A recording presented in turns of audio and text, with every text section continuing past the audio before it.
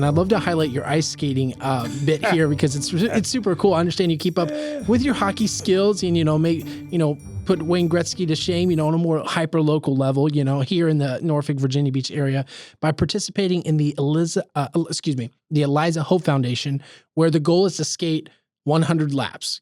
Can you tell us more about this work? Well, again, I have no hockey skills at the moment. I could go out and play if I needed to.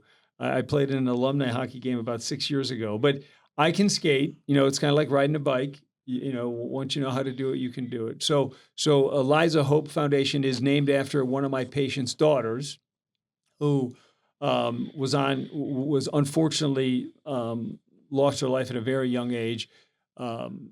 Amy Darby and Aaron Darby are her parents, and Amy was and is my patient and is just a terrific woman. And they have a yearly skate-a-thon where in an hour we have to skate 100 laps. So I've done it maybe 3-4 years now, and it's the only time I skate, but it is fun to do. And thank God I have some cheerleaders there. I offered my tennis group an opportunity to come throw tennis balls at me while I skate 100 laps and I think next year they're hopefully going to take me up on it. Did they take you up on it? Not yet, but I think next year they're going to do it. Yeah. Tennis people, they can be a little hard to persuade sometimes. Yeah. Well, I mean, that's my main sport currently. Yeah. But I like to still think I can, ice skate. So the once a year is awesome. And it's a great organization. Their center is just around the corner from where we are. They target preschool children, on the spectrum and really are supportive of the children and the families. Very, very cool. Well, Dr. Denk, we really appreciate your time. We know you have lots of appointments and procedures and also consultations lined up. So we just want to have one more opportunity to spotlight all the work that you're doing with the final red carpet section. But before we get to the red carpet section, we do have some rapid fire questions for you to get through. Are you ready? Sure. Okay. First question. How do you feel about Dr. Miami? I heard he sounds like Michael Scott, but not in a good way. Well, I mean, he's entertaining, and as my youngest son told me when I started this whole Instagram thing, he says, "Dad, it's supposed to be fun." Yeah. So he's fun. And, Miami gets a bad rap in plastic surgery, but there's a lot of very good plastic surgeons in Miami. You just have to seek them out. Sure. But I think he's brought a fun side to the specialty, which it needs to come out. Yeah.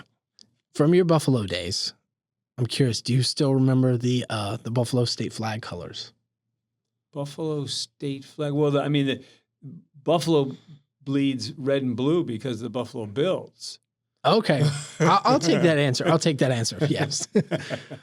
When it comes to, the procedure process, there's a lot of, questions people have in the OR room because most of the time everyone's, knocked out on anesthesia and there's just the procedure workers. Do you guys listen to any music? And Always. If so, what type of music do you like to listen to? Well, for years, my opening song was something by Earth, Wind, and Fire. Okay. I like a wide variety of music. Today, we probably listen to more pop than anything. Yeah. My youngest son is managing a couple pop singers, so, we lean that way a little bit. But it depends on the procedure. If it's going to be a 4-hour case, there's nothing better than 70s, 80s rock music. Sure. Because, we know the songs. It's not too distractive. Doing liposuction, it's nice to have a little bit of hip hop and a little bit of rap. When I do a facelift, we maybe delve back to, Broadway hits or maybe the 60s, 50s and 60s. Very, very cool. Last one for you. Are you able to make any comments or give us some insight into your secret garden life? Oh, well, absolutely. My mother was a huge gardener, and one thing about gardening, unlike a plastic surgeon where you're doing something to get a certain result, in the garden you're an observer. You can try to tame it, you can try to grow it, but you're really just there to observe. So gardening is a great way to come out of yourself, let's say mental health. Because the garden always wins. All you are is a observer with a clipper. Very insightful analogy. I like that. You're just a clipper, observer. Love it. Dr. Denk, thank you so much for your time. We'd love to roll out the red carpet for you. Please share this camera here. Any final words or messages that you want to leave the audience with? The floor is all yours. Well, I'm blessed to work in a field that, I love. And plastic surgery is an awesome career for me. And again, plastic surgery, as I said earlier, is only for the patient.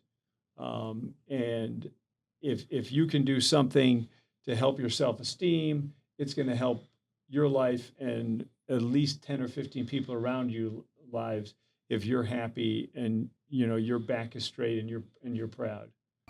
Thank you so much for having me, Joe. It was just a pleasure. Thanks for being on the show.